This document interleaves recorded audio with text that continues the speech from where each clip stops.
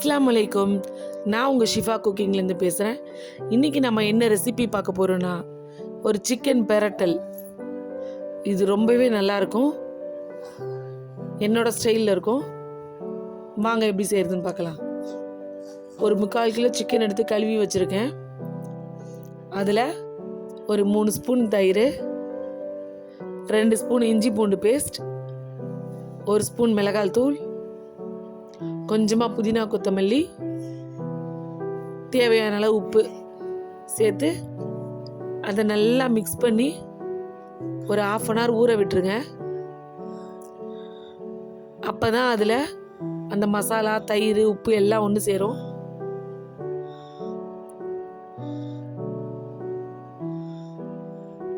இப்போ அது நல்லா ஊறி இருக்கும். நம்ம தாளிக்க ஆரம்பிக்கலாம். ஒரு கடாயில் தேவையான அளவு எண்ணெய் ஊற்றிக்கிறேன். அதுக்கப்புறம் நான் இங்கே சின்ன வெங்காயம் தான் வச்சுருக்கேன். தேவையான அளவு சின்ன வெங்காயத்தை சேர்த்துருக்கேன். அது கூட 4 பச்சை மிளகாயை நேராக கீறி சேர்த்துருக்கேன். இது ரெண்டையும் சேர்த்து நல்லா வதக்கிக்கலாம். ரெண்டுமே நல்லா வதங்கட்டும்.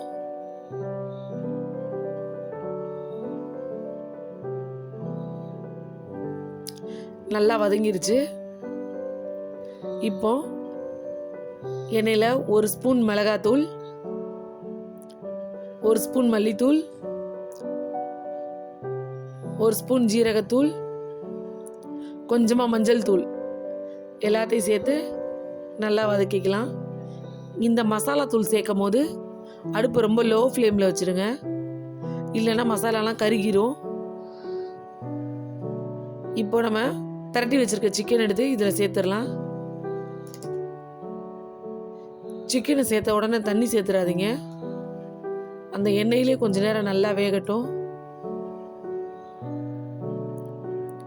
கொஞ்சம் அந்த எண்ணெயிலே கொஞ்ச நேரம் மிக்ஸ் பண்ணி விட்டுட்டு அதுக்கப்புறமா தண்ணி சேர்த்துக்கலாம்.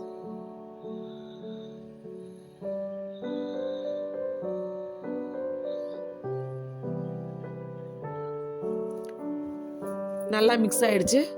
இப்போ கொஞ்சம் தண்ணி சேர்த்துக்கிறேன். இந்த கோழிக்கு எப்போவுமே நீங்கள் ரொம்ப தண்ணி சேர்க்க தேவையில்லை. அதில் இருக்க தண்ணியோட நம்ம கொஞ்சமாக சேர்த்தா போதும்.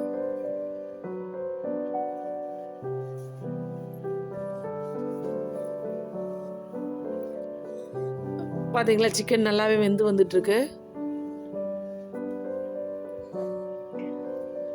இப்போ உப்பு கரெக்டாக இருக்கான்னு நான் செக் பண்ணிக்கிறேன்.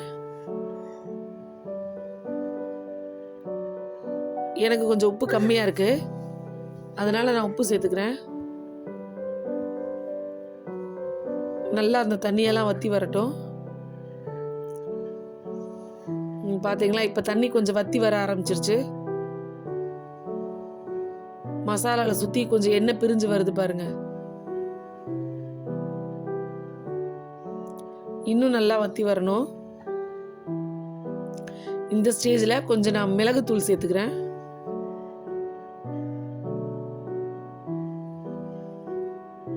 நீங்கள் உங்களுக்கு காரத்துக்கு தேவையான அளவுக்கு சேர்த்துக்கோங்க.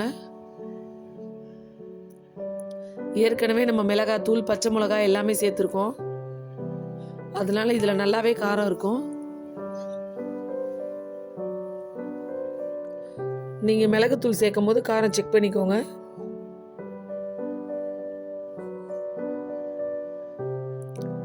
நல்லா எண்ணெய் பிரிஞ்சு வந்துருச்சு, பார்த்தீங்கனாலே தெரியும். இப்போ ஒரு 2 கொத்து கருவேப்பிலை எடுத்து அதில் சேர்த்துறேன்.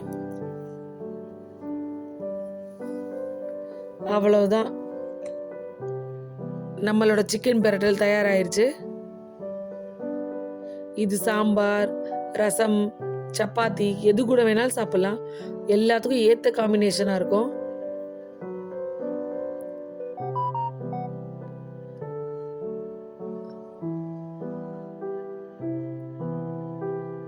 நீங்களும் உங்கள் வீட்டில் இதே மாதிரி ட்ரை பண்ணி பாருங்கள்.